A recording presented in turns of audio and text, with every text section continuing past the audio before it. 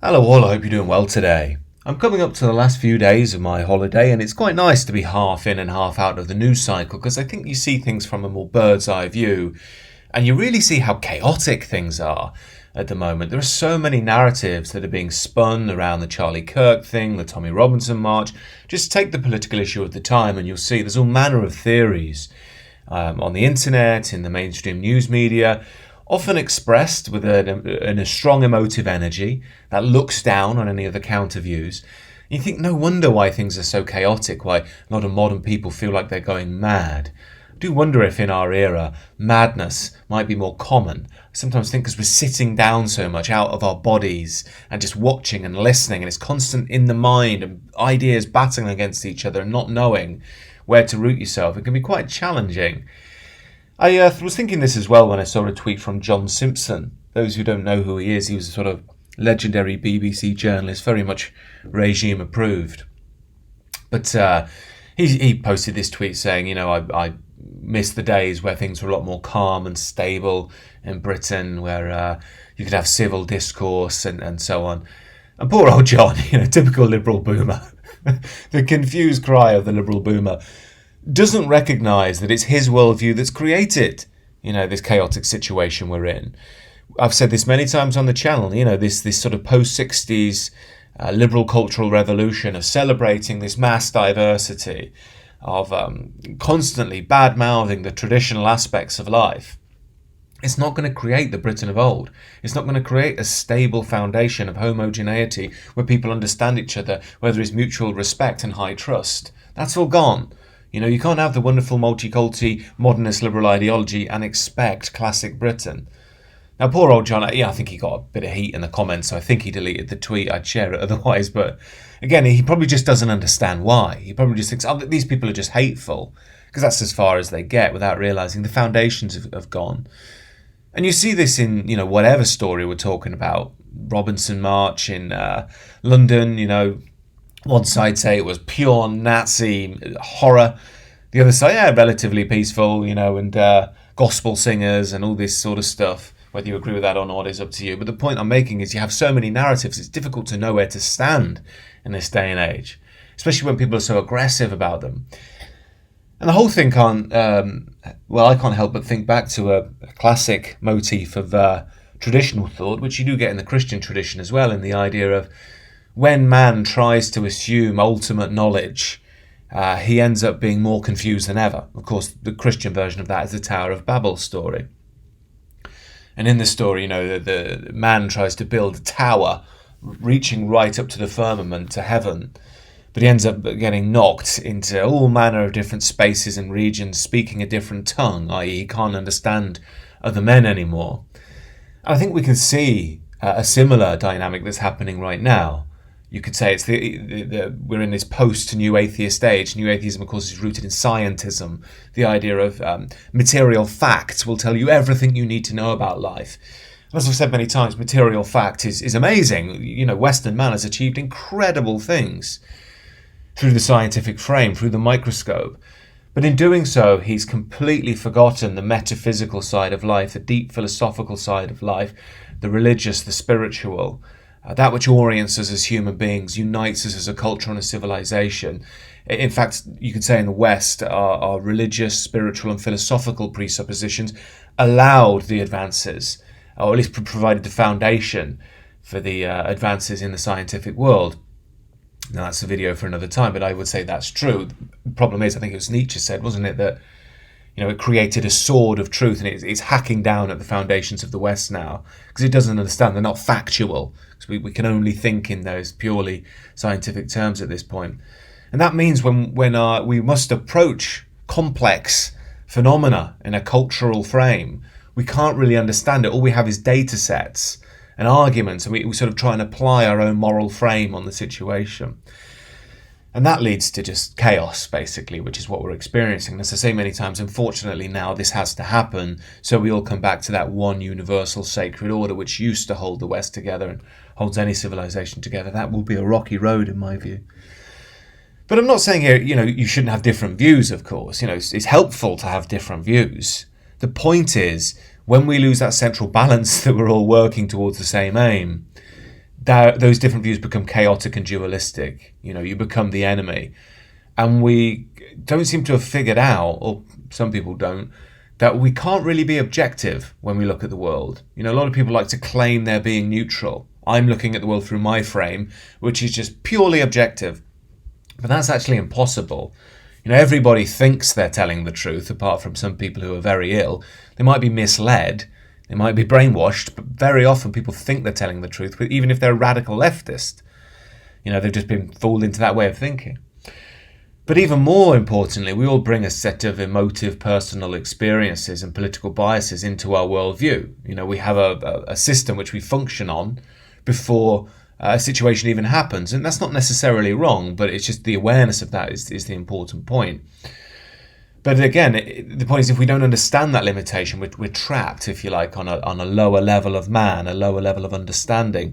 This is why I'm often just talking to the idea of tradition, the core of which is that sort of higher order organizational harmony, where there is a hierarchy of understanding. Now, you can climb the hierarchy if you're that way inclined, but broadly speaking, you have the great priestly class, you might call them, who have a deeper level understanding. Plato might call them the philosopher kings and so on.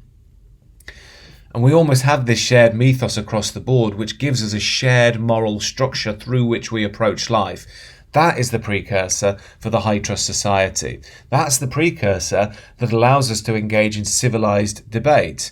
Now, civilized debate to me is almost holy. And you see why it's so holy when you look at the state we're in today. Because how often do you see a civilized debate? I mean, the chances of someone in a debate saying, do you know what, I never thought about it that way, I'd like to think about that some more, and just exploring that for 15 minutes, it's almost 0.01. I don't think I've ever heard that. But it would be so important too if someone could reach that, because what it would show is we're actually reaching to a higher dynamic within ourselves. It really is the truth over the self. Instead, we have the ideology of, these are my views, this is my armor, I'm going to attack you and make you look like a, quote, retard. This is why all the YouTube videos are smashed and destroyed. My opponent's evil. And I think, again, a big reason for that is, again, it's this lower nature that we've slipped into, because we were in that dualistic consciousness where we can't overcome it, can't see that people have fallen into it, and that's why they're acting in a dark way. But anyway, these are stuff probably people interested in the second channel would be more interested in. The point that got me thinking about all this was the narratives around Charlie Kirk. I mean, obviously this is just a massive story, it's a fork in the road type thing. And I think, you immediately see, rather than a sober analysis of what's gone on, narratives being formed in the mainstream media and the internet. And the one I think we could see on the left was, first of all, it was this idea that actually the killer was probably some Groyper. I think that's a Nick Fuentes devotee. And, they're far right and they hate Charlie Kirk and they think he's a fascist because he's not far right enough, which was obvious nonsense. I mean, when you look at, everything we know or everything that's come out, it does not look like that at all. And then we had these text messages that were revealed. I'll get onto those in a minute, but, on the left side of things, they were almost trying to humanize him. I was seeing across different American leftist media saying, in a way, what he's done is terrible, but can't you see how he, loves his trans lover and all this sort of stuff? So they sort of left the Fuentes angle go, and they're going with this one now for whatever reason. But again, the point I'm getting at here is there's no certain truth here. There's nothing we're functioning on which is actually life-giving and allowing us to make ground. These are just stories which go back off into the ether and us with it. The right has been quite interesting online because it seems to be split between some people saying, it basically just is as it sounds, it's a trans shooter, versus another increasingly loud voice that seemed to think somehow Israel is at the root of this, or even just some shadowy government body in the West that wants to sow discord and keep people focused on the culture war. And I'm not particularly going to comment on that because I think, we just don't know enough at this point. I mean, if I have to be honest, if you're interested, I personally think the trans line is probably correct.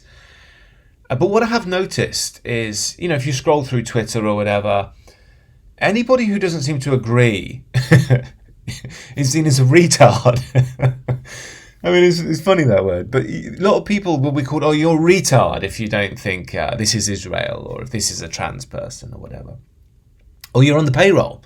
There's another one. Even Nick Fuentes, the guy who's famous for being critical of Israel, is being accused of being on the payroll for stating this is a trans shooter.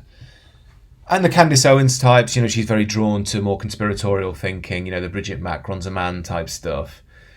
So she's very much, well, I think she's alluding towards there might be some foul play here. But the point I'm making here is I'm not making massive statements on the Charlie Kirk thing because I just don't know. If I was to guess, as I say, it seems to me to be the trans shooter thing for me.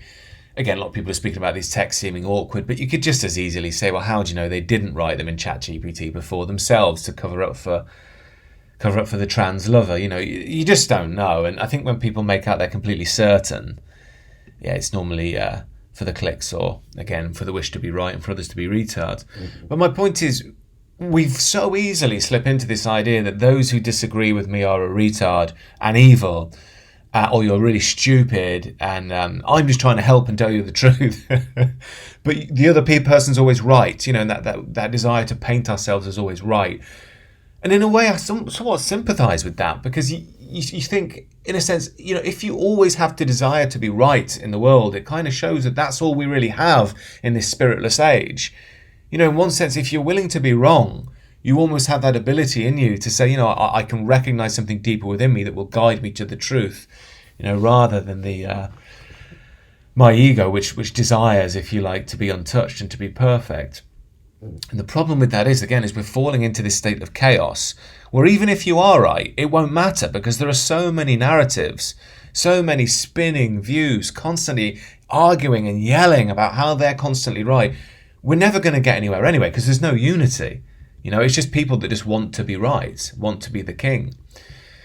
And again, this is why I've often said, or always said, the real enemy with all this stuff is being divorced from the central tradition, because that gives us the orientation, the moral orientation, and the metaphysical transcendent dimension in order to get over ourselves and look at the complexities of the world with stillness. And that doesn't mean our personal biases won't still fall in, but we can be aware of them all the more. Now, again, what I'm talking to there would be, really consistent with a spiritual reawakening that I think needs to happen for us to make sense of ourselves in the West. And that isn't going to happen anytime soon. As I often say, that really only comes with pain. That's why the Tower of Babel story is so right. You get knocked apart. It hurts. You're wounded. You're all over the place. You can't understand yourself. But the mission is to come back to the central truth. And this is why, at this time, I personally believe the best approach is to work on processing what's gone on. Be calm, be still, let it work out in front of you, and right action will reveal itself in time if you're still. It's not a rejection of justice or action in the world. It's saying that normally when we're lost in madness and anger, we will lose ourselves and be easily manipulated when we're in those energies. And I know in the comments here people don't like it. The time for being still is over.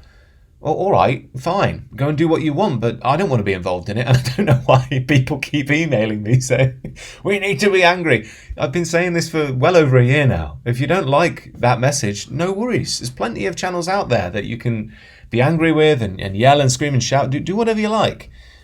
But quite clearly, that's not my line. I think the anger will manipulate you. I think it manipulated me in the past. And it's better to be still. And being still does not mean you don't take right action. It means that you wait until the moment is right, till you have the right information. And then again, the right action reveals itself and you do it unified. Again, I know in this day and age where things are so chaotic, you think, well, how is that even possible? But for me, it's the only way through. Because otherwise you'll just get played by the system every single time. But like I say, I know it's not a popular message, but it's certainly one I deeply believe in and will deeply stand by. Because, again, this anger stuff, it just leads to this wild justice. Or you think it's justice, it's not really. You're being manipulated down the line. And it creates more problems. And again, this is why I think, as I go back to John Simpson, that in a sense is what he's yearning for. He's old. He grew up in that world where there was a vestige of that energy, of the stillness that our ancestors had. This ability to wait for things because they had trust in the society. It was homogenous, it was safe, it was rooted in tradition, it had a shared moral structure. So you could be balanced and wait and civil. Now we're in an era of just madness where all of that's been pulled away. The foundations have gone.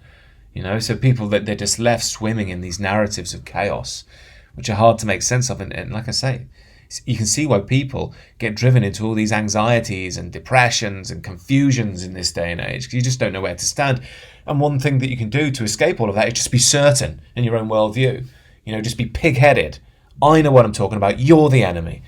And that's good, of course, as staving off the confusion that can come with uncertainty in the world, but it's very bad for long-term health of a civilization and an individual, because you end up just defending yourself by being so stuck in your own perspectives all the time. But as I say, I know this isn't popular with many people, but it is increasingly what I've been contemplating on and come to believe is deeply the case. As I say, if it's not for you, that's no worries. There's many channels out there who would think differently, and good luck to them and good luck to you. But for me, that's very, very key for the future. It's not about not taking action. It's not about not pursuing justice, but it's about doing it correctly, soberly, and aligned with tradition and sacred order. As always, these are just my thoughts. Do let me know what you think down below. And do consider subscribing to the channel if you're new. You may want to check out the sister channel if you're interested in these themes. Sorry I haven't been uploading that much. I'll get back to it next week when I'm back. Anyway, take care all. Speak again soon.